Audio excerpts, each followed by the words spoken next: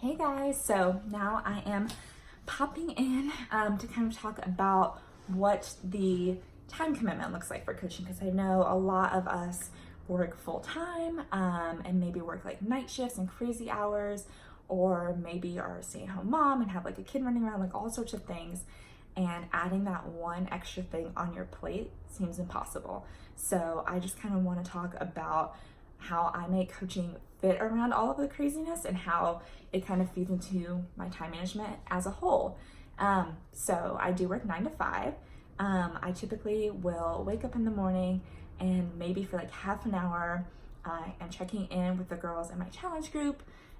Maybe I am messaging a few girls on Instagram, just kind of getting to know them, or maybe they have said that they want to join or just are looking for, kind of a different routine. And so I'm having that connection with them and doing my stuff as well, showing up with my workout, drinking my shake, reading for my personal development. And so making sure that I'm taking care of me first and foremost, and then spending half an hour or so. Then I go to work and, maybe on my lunch break, I will kind of check back in with those messages or connect with a few other people and just kind of see how things are going. After hours, it just really depends. When I'm able to get a lot done in the morning, I'm kind of set up for the day and just really kind of waiting on, responses from people or things like that. I will always check back in to my challenge group and respond on everyone's messages. But I'm already going in there to log my own stuff. So it's really just that engagement that I was already having when I was just in there as a challenger. So in terms of that, it's pretty much the same. We do have like different team calls and trainings, but they're almost always recorded. And so it is really fun to hop on live just to get to see everyone and kind of bond. And so maybe there's like one a week, so like 1 hour, one evening. And if I can't make it, then I watch it later when I have that time. Melissa and I that run our challenge group together, we'll go in and kind of set up all of the posts that you guys see at the beginning of the month. That way, it's already set up. We don't have to like hop back in and post stuff or write stuff. We already have put it together and set it up in there.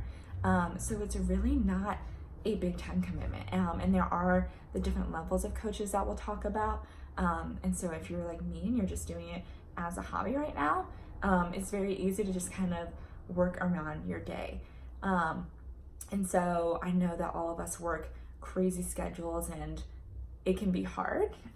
But like this is time that otherwise I wasn't doing anything anyways. Like I would come home from work and just like slump on the couch and watch Netflix for like 3 hours and then go to bed not feeling like satisfied or productive or anything. But now, I'll come home and I say, okay, I know we have a call at 8. So I've already prepped food because that helps. I'll eat my dinner, I'll work on a couple things real quick, or I'll do laundry, or I'll do whatever it is. And then 8 to 9, like that's my like 1 hour of the day that I'm working and doing coaching stuff. And then I'll, get into my bedtime routine. So it's really something where, for me at least, I thrive off of structure. So if you just gave me a totally free, wide open day, I would get nothing done.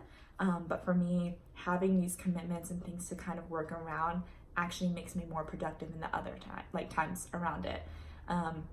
And so now I'm the same way, like when I go to work, really honing in, and that is my time for that. And just kind of balancing it like that. So it's super fun. It does happen predominantly online, but then we have our big conference in the summer and we all get together and have trainings and big workouts and just like fun stuff like that, different retreats and things. So much of like time, like it is something that's just fun.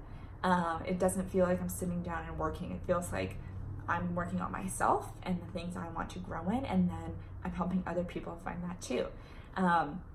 I'm not sitting here like slaving away 8 hours a day on it. It's just like a couple messages every day, checking in with a couple girls, maybe posting something on Instagram, like things that I would probably already be doing.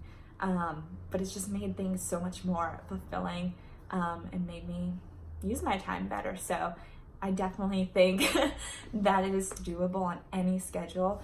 That's also part of why Melissa and I run our groups together, is to have that balance and not be the one person doing all of that and checking in with everyone. And her and I work totally different schedules. And so there are a few days where I know that she's working the night shift and things are kind of crazy. So I'm hopping in and making sure that everyone has been checked in with and is feeling like supported and motivated in the group. And then vice versa, like I might have a couple crazy days and she's like kind of taking the lead. So it really helps. And it just makes it more fun to have that like additional partner that is supporting you, and kind of balancing out the workload like that. So hopefully that helps. It's the same thing I like to think of as, you know, when people originally, before joining a challenge group, say they don't have time to work out. It's the same thing, like that time is there. It just is about whether or not it matters and if it's something you prioritize, because you will make time for the things that matter to you. So before joining a challenge group, maybe you didn't have time to work out, and then you found 30-minute workouts and now you do that. And so maybe you think the same thing about coaching, that you don't have time, but you can really just work it in little pockets, 20 minutes here and there, or like one solid hour, whatever your kind of work style is like how you work better.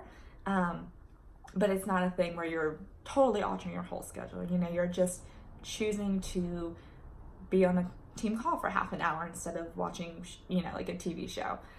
Just choosing to make it a priority because it is something that is so powerful and meaningful. And I know for me, like before I was coaching, I was making progress and had done big things, but coaching is kind of what took it to the next level, held me more accountable, because the more I wanted to show up for other people and show them that they could do it too, the more I was actually able to achieve, because I wanted to be reliable for them and just be able to help them. So, you know, I couldn't skip my workout and I couldn't, you know, eat tacos and drink a bottle of wine for like 3 consecutive days.